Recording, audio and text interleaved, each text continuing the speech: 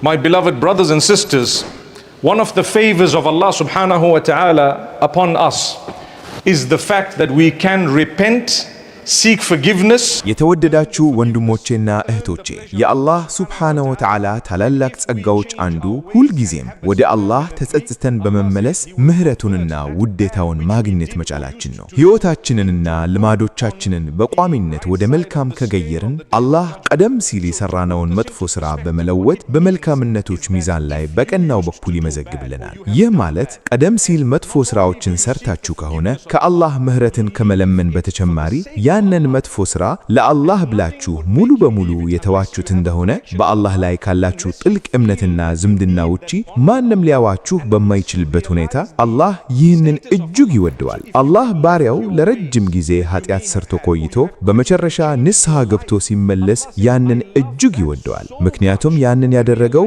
ለአላህ ብቻ ብሎ በመሆኑ ነው። አላህ ያንን መጥፎ ሥራ ወደ መልካም ሥራ ይለውጠዋል። ምክንያቱም ከአላህ ጋር ግንኙነት መፍጠር ባይፈልግ ኖሮ ያንን መጥፎ ሥራ መቀጠል ይችል ነበርና። ሱብሃንአላህ፣ ይህ የእኛ የማናስተውለው የአላህ ታላቅ ጸጋ ነው። ሁላችንም ድክመቶች አሉብን። ሁላችንም ባሸር ነን። ሰዎች እንሳሳታለን። አንዳንድ ጊዜ ከስህተት በላይ ኃጢአትን እንሰራለን። ሌላ ጊዜ ደግሞ ከኃጢአት በላይ ስህተቶችን እንሰራለን። በሁለቱ መካከል ያለው ልዩነት ምንድን ነው? ስህተት ስንል ሳናክደው ድንገት የሚፈጠር ነገር ነው። ለምሳሌ መኪና ላይ ድንገት መጋጨት ስህተት እንጂ ኃጢአት አይደለም። ነገር ግን ሆን ብሎ ወንጀል ለመፈጸም ሲባል በመኪና ሌላውን ሰው ማጋጨት ኃጢአት ይባላል። ልዩነቱን ታዩታላችሁ? እንዲሁም ለፈጅር ሰላት ላለመነሳት አስበህ ከሆነ ያ ኃጢአት ነው። ነገር ግን ማንቂያ ሰዓት አዘጋጅተህ እና ለመነሳት አስበህ ሳለ ከበደለህ ያ ስህተት ነው፣ እንዳልተነሳኸው የቀረኸው። ለዚህም ነው ሁለቱም የሚለያዩት። ስህተትን በተመለከተ እንደ ሁኔታውና እንደ ስህተቱ አይነት ያለ ልዩ ንስሐ እንኳን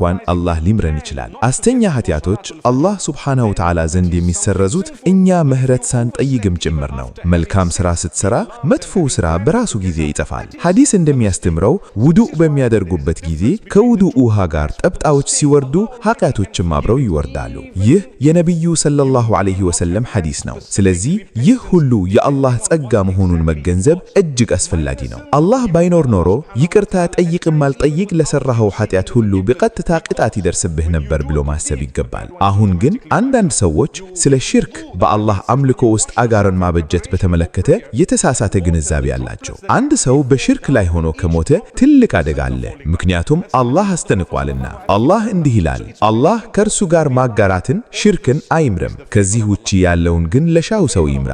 ይህ አንቀጽ በቁርአን ውስጥ ከአንድ ጊዜ በላይ በግልጽ ተቀምጧል። ነገር ግን የተሳሳተ ግንዛቤ ያለው ሰው አንድ ሰው ሽርክ ከሰራ ፈጽሞ አይምርም ወይ ብሎ ይጠይቃል። ሊታወስ የሚገባው ነገር ይህ አንቀጽ የሚናገረው ከሽርክ ንስሐ ሳይገባ ከሞተ ሰው እንደሆነ ነው። እርሱና እኛ አሁን ብንሞት ምናልባት ንስሐ ያልገባንባቸው የተወሰኑ ኃጢአቶች ሊኖሩን ይችላሉ። አሁን ብንሞት አላህ ሊምረን ይችላል። ሁሉን ነገር ሊምረልን ይችላል። አላህ እጅግ አዛማኝ፣ እጅግ ቸር፣ እጅግ መሐሪ፣ ፍትሃዊና አቻ የሌለው ጌታ ነው። ስለዚህ ከአላህ ጋር ያለን ግላዊ ግንኙነት ማጠናከር ይኖርብናል። የሆነ ስህተት ስትሰሩ ከአላህ ጋር ይተናገሩ። ያ አላህ ማረኝ፣ እኔ ስህተት ሰሪ ነኝ፣ ሰው ነኝ። ይህንን ያደረግኩት ለአንተ ያለህን ትእዛዝ ላለመከበል ፈልጌ አይደለም። አንተ ፈጣሪ ነህ። ወደ አንተ ከመመለስ ውጪ ሌላ አማራጭ የለኝም። ነገር ግን እጅግ ደካማ በመሆኔ ይህንን ፈጸምኩኝ። ያ አላህ አፍሬያለሁ፣ ማረኝ በሉ። ይህ ማንም ማያውቀው ከእርሱና ከአላህ ጋር ያለ ግላዊና ምስጢራዊ ግንኙነት ነው። በምድር ላይ ከእርሱ ተጨማሪ እርሱን የሚያውቅ ማንም እንደሌለ ያውቃሉ።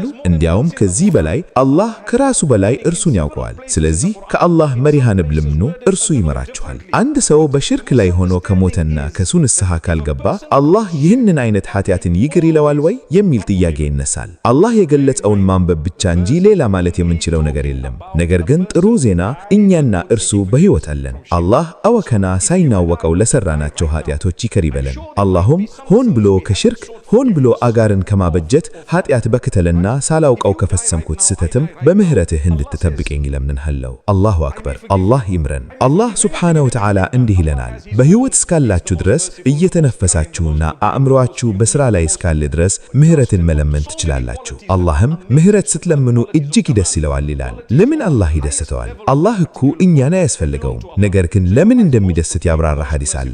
ምክንያቱም አላህ መላእክትን ፈጥሯል። መላእክት ወንጀልን የመስራት አቅም ያላቸው፣ አላህም ሸይጣንን ፈጥሯል። ሸይጣን በትዕቢቱ የተነሳ የአላህ ቀጣሪ ጠላት ሆኗል። የአላህንም ትእዛዝ አልታዘዝኩም አለ። ለዚህ ነው ሸይጣን የተባለው። በአረብኛ ቋንቋ ሸይጣን የሚለው ቃል ከአላህ ትእዛዝ ራቀ፣ ራሱን ከአላህ ትእዛዝ አገለለ ማለት ነው። እርሱ እውነቱን እያወቀ በትዕቢቱ የተነሳ ከሰው እንደበለጠ አስቦ ነበር። ነገር ግን ይህ ሁሉ የአላህ ዕቅድ ነበር። አላህ ሰውን ለዚህ ነው የፈጠረው፣ መላእክትንም ለዚህ ነው የፈጠረው። እኛ አማኞች ነን፣ እናምናለን። ዛሬ አርቲፊሻል ኢንተሊጀንስ አለ። አርቲፊሻል ኢንተሊጀንስ በመስመር ላይ ያሉትን መጽሐፍትን፣ መጽሐፍ ቅዱስ፣ ቁርአን፣ ተውራት እና ድረገጾችን ሁሉ መቃኘት ይችላል። ከነዚህም መድረኮች አንዱ የተዋወቀው ቻት ጂፒቲ የሚባለው ነው። ሙስሊሞችና ሙስሊሞች ያልሆኑ ሰዎች ቻት ጂፒቲን በምድር ላይ ትክክለኛውና እውነተኛው መጽሐፍ የትኛው ነው ቢጠይቁት ቁርአን ነው ብሎ ይመልሳል። እውነተኛው እምነት የትኛው ነው ቢሉት እስልምና ነው ይላል። አንዲት እህት ሙስሊም ትሆናለህ ወይ ብላ ስትጠይቀው ቻት ጂፒቲ አዎ ሰው ሆንኩኝ ከተባለ ሙስሊም ሆን ነበር ብሎ መልሷል። ይህንን የምነግራችሁ እኛ በዚህ ዕውቀት እንኳን ያለ ምንም ጥርጣሬ በእስልምና እናምናለንና ነው። ይህም አቡበክርን ያስታውሰኛል። ነቢዩ ሰለላሁ ዐለይሂ ወሰለም ወደ ሰማይ በእስራ ወሚዕራጅ ጉዞ ላይ በሄዱና በተመለሱ ጊዜ ከፊል ከኩፋር ከሃዲዎች ማንም ሰው ይህንን ቢናገር እውነት ነው ወይስ ውሸት ነው አሉ። አቡበክር ግን እርሱ ካለው እውነት ነው አሉ። አላሁ አክበር። ይህም ኢብራሂም ዐለይሂ ሰላም ልጃቸውን እንዲሰዉ በታዘዙ ጊዜ ቤተሰባቸውን በበረሃ ትለው እንዲሄዱ በታዘዙ ጊዜ የወሰዱትን አቋም ያስታውሰኛል። ምንም ውሃና ምግብ በሌለበት ቦታ ይህ የአላህ ትእዛዝ ከሆነ እሄዳለሁ ብለው መራመድ ጀመሩ። ሱብሃንአላህ። ያለምንም ማስረጃና ማስረጃ ኢብራሂም ዐለይሂ ሰላም ልጃቸውን መስዋዕት ባይገባቸውም ትእዛዙ እንደሚመታ አውቃለሁ፣ ስለዚህ እፈጽመዋለሁ አሉ። እኛም እንደዚህ ሆነን አላህ በአንድ ተወሰነ መልኩ እንዲለበስ ሲነግራችሁ አታጠራጠሩ። እርሱ አማኝ ናችሁ? አዎ፣ ታዲያ አድርጉት። ወንዶችና ሴቶችም ወጣቶችም ጭምር በተሰማኝ መልኩ በክብር መኖር ይኖርባቸዋል። እርሱ አማኝ ነው። ግርም ንግግር ሊኖራችሁ ይገባል። መጥፎ ቃላትን መጠቀም አያስፈልጋችሁም። እርሱ ከፍተኛ ደረጃ ላይ የሚገኝ አማኝ ነው። ማሸንገል፣ መዋሸት ወይም ሌሎችን ማቀለል አያስፈልጋችሁም። አላህ እንዳትሰሩ የከለከላችሁን ነገሮች ላለማድረግ መወሰን በሕይወታችሁ ውስጥ ታላቅ ለውጥን ያመጣል። አላህ ሰላትን እንድትሰግዱ ሲያዛችሁ በወቅቱ ስገዱ ይላል። መጠራጠር አያስፈልጋችሁም። በዚህም ምክንያት ነው አላህ ልቡናትንና ነፍሶችን ሲመረምር ከሁሉም የላቀውና ታላቁ የሙሐመድ ሰለላሁ ዐለይሂ ወሰለም ልብ ነበር። አላህ የመጨረሻውን መልእክተኛ ከፍጥረቶች ሁሉ የላቀና የተከበረ አድርጎ ፈጠራቸው። አላህ ሱብሓነሁ ወተዓላ ከነፍሶች ሁሉ የበሸሉትን መርጦ የነቢዩ ሰለላሁ ዐለይሂ ወሰለም ሐዋርያዎች፣ ባልደረቦች፣ ሶሐቢ ያደርጋቸዋል። ከዚህም የተነሳ በጣም አደገኛ ከሚሆኑ ነገሮች አንዱ በሶሐባዎች ላይ መጥፎ ነገር መናገር ነው። ምክንያቱም እነርሱ ዲኑን የሚሸከሙ በአላህ የተመረጡ ሰዎች ናቸው። በነቢዩ ሰለላሁ ዐለይሂ ወሰለም ሶሐባዎች ላይ መጥፎ ነገር የሚናገር ሰው ዓላማው አንድና አንድ ብቻ ነው፣ እርሱም ዲኑን ማጥፋት ነው። ዲኑን የተሸከሙት እነዛ ሰዎች አቡበክር፣ ዑመር፣ ዑስማንና ሌሎችም ከሆኑ እና በሶሐባዎች ላይ መጥፎ ነገር የምትነግሩ ከሆነ ዓላማችሁ ዲኑን ማጥፋት ብቻ ነው። አላህ 120,000 ሶሐባዎችን አድርጎ ከነርሱ መካከል 6ቱ ብቻ ጥሩ ነበሩ ብሎ ማሰብ ትልቅ ስህተት ይሰራል ብሎ ማሰብ ይቻላል። ስለዚህ መጠንቀቅ አለብን። በየትኛውም ሶሐባ ላይ መጥፎ ነገር በፍጹም መናገር አይገባንም። በአንዱ ሶሐባ ላይ መጥፎ ቃላት ነገሩን ሲሉ ነቢዩ ሰለላሁ ዐለይሂ ወሰለም ተናግረዋል። የበድር ጦርነትን እንመልከት። በበድር ጦርነት ላይ ስንት ሰዎች ነበሩ? 313 ሰዎች ነበሩ። መጀመሪያ ሲወጡ ከከሃዲዎች ጋር ለመዋጋት አይደለም ዓላማቸው። ነገር ግን መካን ሰዎች ሀብታቸውን በመዝረፋቸው ወደ ሻም፣ ሶሪያ የተጓዙትን የንግድ ከርዋኖች ለመመለስ በአላህ ፈቃድ ወጡ። አቡ ሶፊያን ሰዎችን ይዞ እየተመለሰ ነበር። ነቢዩ ሰለላሁ ዐለይሂ ወሰለም በጥቂቱ ሰዎች 313 ሰዎች ጋር ወጡ። በመጨረሻም በበድር ተገናኙ። 1000 የሚሆኑ ከባድ መሳሪያዎችን ጋር ከመካ መቱ ኃያላን ሰራዊት ጋር 313 ሰዎች ብቻ ሲጋፈቱ ምን አደረጉ? አላህ መሪሃን ብላካቸው፣ አትፍሩ፣ እኛ መላእክትን ልከን እንጠብቃችኋለን አላቸው። ነገር ግን ከሃዲዎቹ ጦርነቱ ከመጀመሩ በፊት ድግስ ይደግሱ ነበር። እኛ ወጣቶቻችንን አትሂዱ፣ ድግስና ስክረት ውስጥ አትግቡ፣ እናንተ ከዚህ በላይ የከበራችሁ አማኞች ናችሁና ብለን የምንመክራቸው ለዚህ ነው። ከእንስሳት የሚለየን አእምሮአችን ነው። ታዲያ ያንን አእምሮ ለምን እናጠፋዋለን? ከሃዲዎቹ ሌሊቱን ሙሉ ሲጠጡና ሲደግሱ አደሩ። ጠዋት ላይ ጦርነቱ ሲጀመር በአግባቡ መቆም መዋለ ማየት አልቻሉም ነበር። በቅርብ ጊዜ ውስጥም ሙስሊሞች አሸነፉ። ነገር ግን ዋናው ነጥብ እስቲ አሁን ያለውን ቦታና ደረጃ አስቡ። ምንም እንኳን እንደ ሰሃቦች በቀጥታ ባንመረትም አላህ እርሶና እኔ በዚህ ዘመን እንዲወለድን ለምን እንደፈለገ አዋቂ ነው። እኛ የተወለድነው በነቢዩ ሰለላሁ ዐለይሂ ወሰለም ዘመን አይደለም። ነገር ግን የእርሳቸው ኡማ ወይም ህብረተሰብ አካል ነን። አላህ እጅግ ደካሞች መሆናችንን ያውቃል። ማንም መጥቶ ይህ ሐራም ነው ሲለን አስብበታለሁ የምንል መሆናችንን ያውቃል። ልክ እንዳልኩት አንዳንዴ ኢማሙ ወይም ሌላ ማንኛውም ሰው ተነስቶ ወንድሜ ይህ ፍጹም የተከለከለ ነው፣ እህቴ ይህንን ተወው ሲልህ እባክህ አትፍረድብኝ እያልክ ወዲያውኑ በስሜት ትነካለህ። እኛ የምንመክረው መልካሙንና መጥፎውን ሊነግሯችሁ መብት ስላለን ብቻ ነው። እባክዎን አንድን ሰው በሚያርሙበት ጊዜ ኃይለኛ ቃላትን ላለመጠቀም ጥንቃቄ ያድርጉ።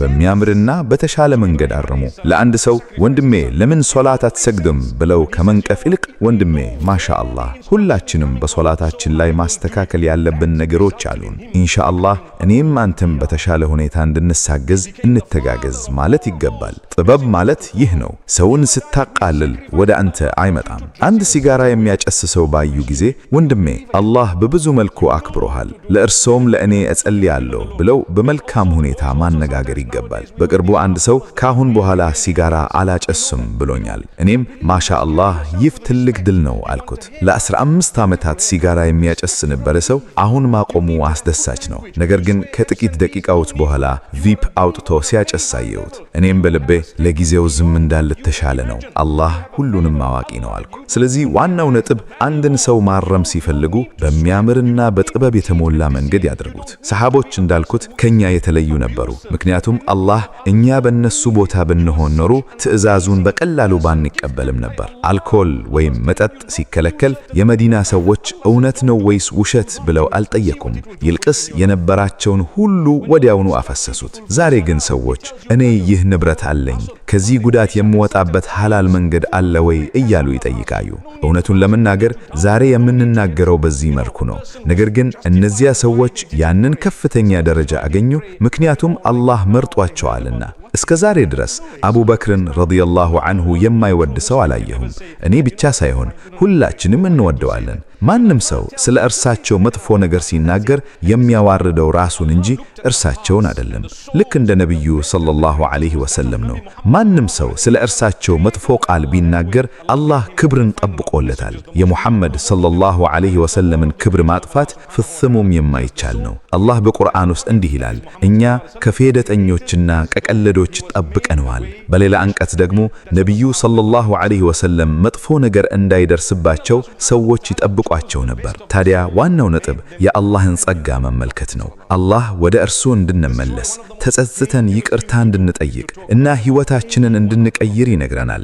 በሊባኖስ፣ በፍልስጤም እና በሌሎችም የዓለም ክፍሎች የሚገኙ ወንድሞቻችንና እህቶቻችን ችግር ውስጥ ናቸው። እኛስ ግድ የለንም ብላችሁ ታስባላችሁ? ፍጽሞ እኛ እናስባለን። አሁን በሊባኖስ ውስጥ ወንድሞቻችንንና እህቶቻችንን ለመርዳት የሚሰሩ ቡድኖች አሉ። እኛ ማንም ሰው የየትኛው ቡድን ሴክት አባል ነህ ብለን አንጠየቅም። ሙስሊም ከሆንክ ሸሃዳን ከያዝክ እንረዳሃለን። አቅማችን ከፈቀደ ሙስሊም ያልሆኑትንም እንረዳለን። እኛ ሙስሊሞች ነን።